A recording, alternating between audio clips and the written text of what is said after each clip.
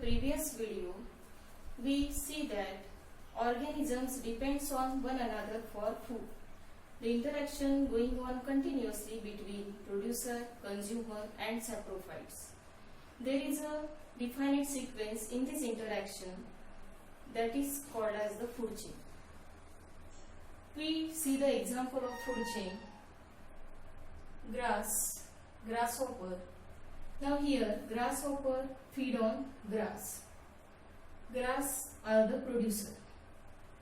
Frog feed on grasshopper and frog is eaten up by the snake. Then snake is eaten up by the eagle. After the death of eagle, it is decomposed by the decomposers like fungi or bacteria. We see another example of aquatic food chain. Here phytoplankton feed phytoplankton on which small fishes feeds. What is meant by phytoplankton? Microscopic plants which is present in water, that is called as the phytoplankton. So phytoplankton is the food for small fishes.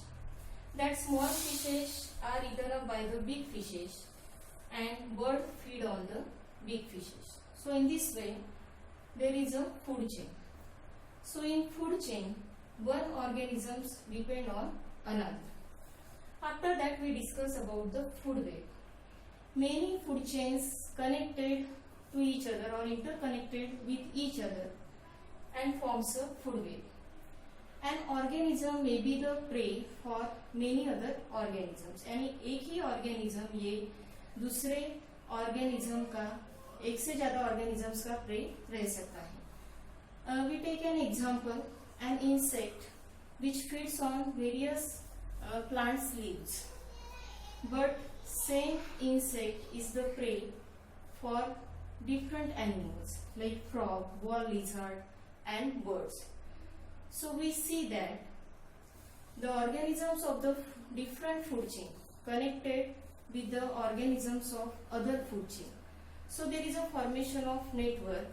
So that is called as the food web. Now we discuss in a food chain how that energy transfer or how that matter transfer. So we discuss about the trophic level. Every level in a food chain is called as the trophic level. Trophic level is the state at which organism obtain its food in a food chain. Now see this diagram. Here producer plants are present at the lowest level. So they are called as the producer. Now second trophic level is of herbivore.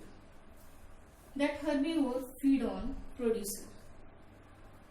Third trophic level is of omnivore. That omnivore feed on carnivorous as well as herbivore. So in trophic level that organisms depends on one another and every level there is a definite.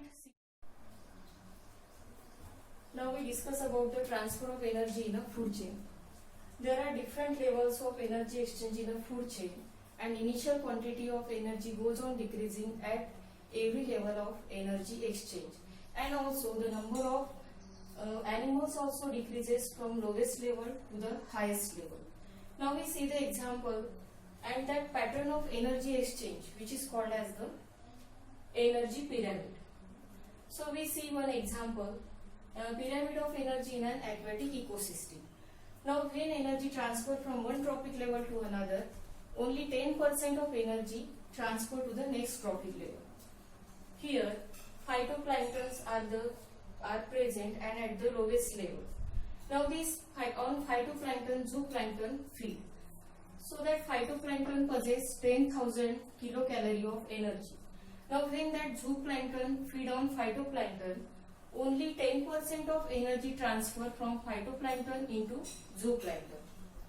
Fishes feed on zooplankton. Now that zooplankton possess 1000 kilocalorie of energy, but only 10% of energy means 100 kilocalorie energy transfer from zooplankton to fishes. Now that fishes are eaten up by the human, and again only 10% of energy transfer from fishes to the humans. Fishes possess 100 kilocalorie of energy and only 10% kilocalorie energy transfer from fishes into human. So in this way, when that energy transfer from one trophic level to another, there is a decrease in energy from one trophic to another level. After the death of apex consumer, there is a decomposition of that consumer takes place, and the energy possessed by that apex consumer that transfer to the decomposers. Decomposers are the organisms which feed on dead and decaying organic matter, and they convert that organic substances into the simpler carbon compound, and then these carbon compounds mix with air, water or soil. In this way, there is a transfer of organic and inorganic contents in the food chain. So due to the food chain or food web, various nutrients, carbon compound are circulate in the environment. Now we know that sun is the main source of energy, and from the sun plant gets solar energy, and then they convert that energy into the chemical energy, and in this way they produce their own food with the help of chlorophyll pigment. When that energy transfer from plant into the consumers, now up to reaching to the decomposers, that energy which is transferred from producer, consumers, primary consumer, secondary consumer, tertiary consumer, that energy decreases, and some of the energy is utilized by the green plants. Now when the decomposers also release some amount of energy in the form of heat, so no part of the energy return to the sun. So it is said that the energy flow is a unidirectional, means it never return to the sun. So in this way we study about the food chain, food web, trophic level and the energy pyramid.